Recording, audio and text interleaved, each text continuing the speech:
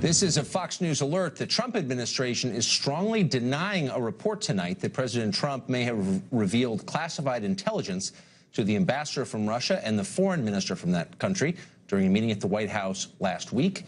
Good evening and welcome to Tucker Carlson tonight. In a minute, we're going to take a moment to discuss the mass hysteria around the question of Russia and its effect on this country. None of it good. But first, a new report from the Washington Post claims that President Trump may have compromised an intelligence source on the Islamic State. The news is roiling Washington, true or not. Fox News White House correspondent John Roberts has more on this report. John? Yeah, just checking my email here for the very latest. Talking with some folks at the White House tonight. They are very troubled, obviously, that this story got out, and they're trying to figure out how it got out, how all of this happened, because it was a very small circle, Tucker. You had, first of all, you had the principals, you had the president, you had the Secretary of State, Rex Tillerson, H.R. McMaster, the National Security Advisor, the Deputy National Security Advisor for Strategy, Dina Powell, and then a handful of aides that were in the Oval Office as well. On the Russian side, you had the Foreign Minister, Sergei Lavrov, you had the Russian ambassador to the United States, Sergei Kislyak, and then they would have had some people there as well. But the Washington Post, in breaking this story, is quoting current and former U.S. officials. So somebody dished the contents of that meeting and what happened in terms of this intelligence to current and U.S. officials. Now, we don't know what the actual content of this was, but it's said to have been dealing with intelligence regarding threats to our security, in particular threats to airlines. And this may be relevant to the stories that we've been telling you about laptops being banned on airplanes that are coming to the United States from the Middle East and now Europe. We have a number of statements that we've received from the White House just in the last few minutes. First of all, from Rex Tillerson, the Secretary of State. During President Trump's meeting with Foreign Minister Lavrov, a broad range of subjects were discussed, which were common efforts and threats regarding counterterrorism. During that exchange, the nature of specific threats were discussed, but they did not discuss sources, methods, or military operations. This statement now from H.R. McMaster, who is the National Security Advisor, when he came out to the stakeout just a few minutes ago and read this, but then did not take any questions. Let's watch here. There's nothing that the president takes more seriously than the security of the American people. The story that came out tonight, as reported, is false. The president and the foreign minister reviewed a range of common threats to our two countries, including threats to civil aviation. At no time were intelligence sources or methods discussed. And the president did not disclose any military operations that were not already publicly known. Two other senior officials who were present, including the Secretary of State, remember the meeting the same way and have said so. Their on-the-record accounts should outweigh those of anonymous sources. And I was in the room. It didn't happen. Thanks, everybody. Thank you. So H.R. McMaster there saying the president did not inappropriately leak classified information. Don't forget, Tucker, when you are the president, you are allowed to release anything that you want. But the reaction in the White House tonight, somewhat shocked, talking with an administration official who told me that the fact that someone would leak this is, quote, astonishing, shows an extraordinary lack of concern for national security. I'm not sure how much more we're going to find out this evening. The communications shop has said they're done talking about this. And because this information was classified, Tucker, it's not known how much level of detail we'll be able to get on all of this, but we'll keep plugging away. Tucker? Thanks a lot, John. It's almost like there's people in Washington who like to undermine the relationship between the U.S. and Russia. Well, back to the question of hysteria tonight. His critics in the media often say that Donald Trump is diminishing the American presidency, and at times there is some truth in that. But it's also true that in covering Trump the way that they have, many journalists have degraded and humiliated themselves. There are countless examples of this, but watch this one as an anchor from another network describes a conversation she had last year with Kellyanne Conway. This is a woman, by the way, who came on our show during the campaign and would chill for Trump in extensive fashion. And then she would get off the air, the camera would be turned off, the microphone would be taken off, and she would say, "Blech, I need to take a shower," because she disliked her candidate so much. Now, I have no idea if Kellyanne Conway actually said anything like that. I do know that TV anchors almost never reveal what their guests have said off camera, and for good reason. People come to TV studios so they can speak on TV. They do not come with the expectation that their private conversations will wind up broadcast to the country, especially when they're not present to defend themselves. In more than 20 years of working in TV, I have never seen that happen. And trust me, I've heard a lot of weird things uttered off the air. Television networks don't have hidden cameras in their bathrooms for the same reason. Even in media, there is a zone of privacy. Those are the rules, or they were the rules. That was before NBC videotaped Donald Trump without his knowledge and then leaked that tape 11 years later to the Washington Post in an effort to destroy his presidential campaign. That was not news coverage. It was political activism committed by news outlets. But none of the usual media watchdog types said a word about it then or now, because with Trump, all bets are off. Many journalists believe it's literally impossible to be unfair to Donald Trump or the people who work for him.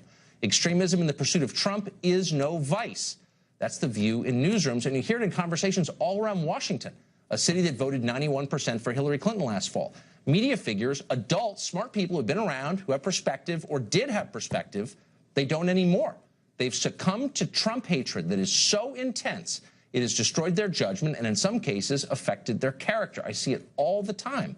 Where normal people see the president's flaws, and they do exist, they see crimes and conspiracies. The rest of us may complain that Trump is undisciplined and impulsive. Fair.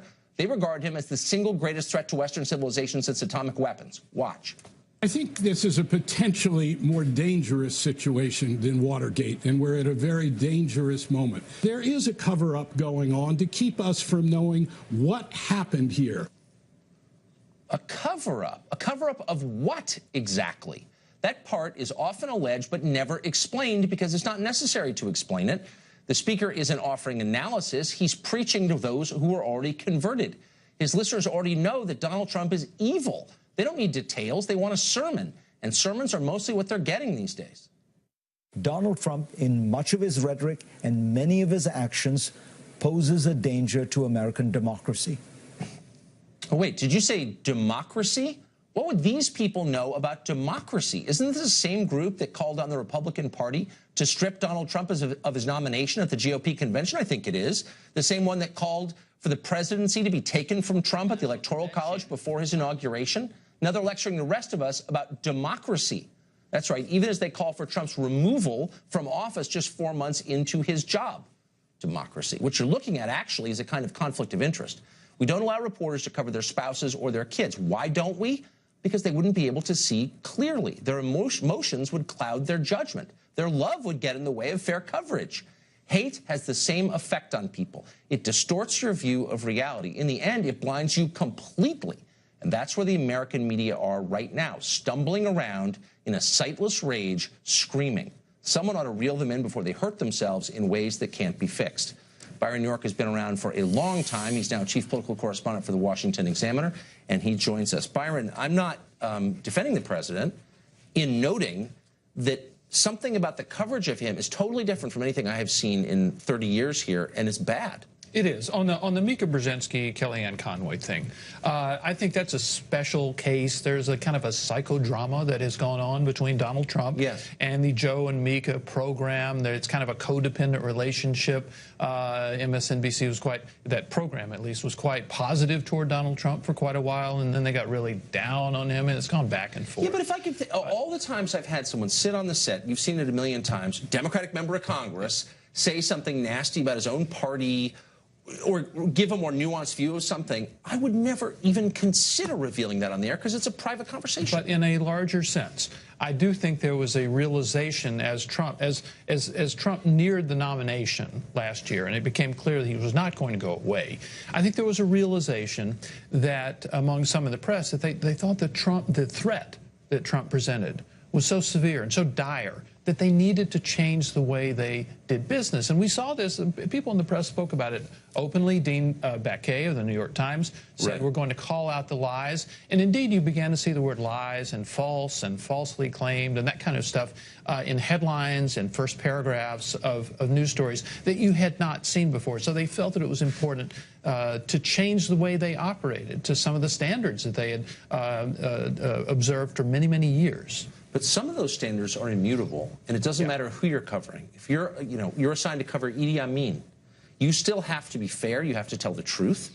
You can't lie in the service of a political agenda, period, or you're not a journalist. They know that. Why don't they pull themselves out of the game when they can't be fair? Let me give you an example of this actually spreading much farther than just journalism, just touches on journalism. In 1964, Barry Goldwater running for president, a magazine published an article in which a number of psychiatrists said that he was psychologically unfit to be president.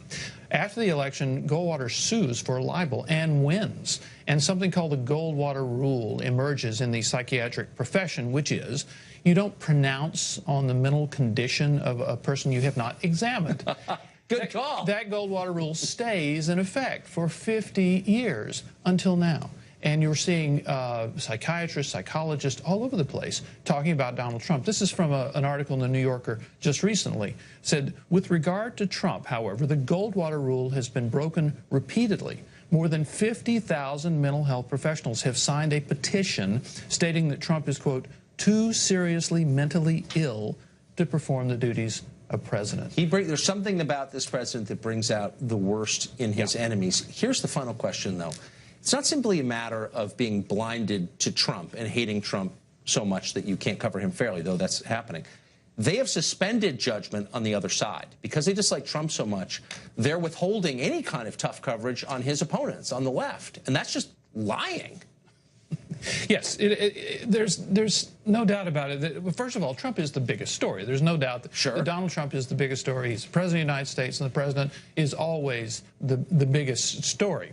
But I think what has happened is that the White House has come to just sort of eat all of their news coverage. I mean, and we aren't seeing very much on the opposition. And there's a belief, I think, and you see this sometimes, that if Trump says it, it's wrong, and the people who are calling him on it or criticizing him are therefore right. That is the assumption, and it's really distorting all of this. It's destroying our media.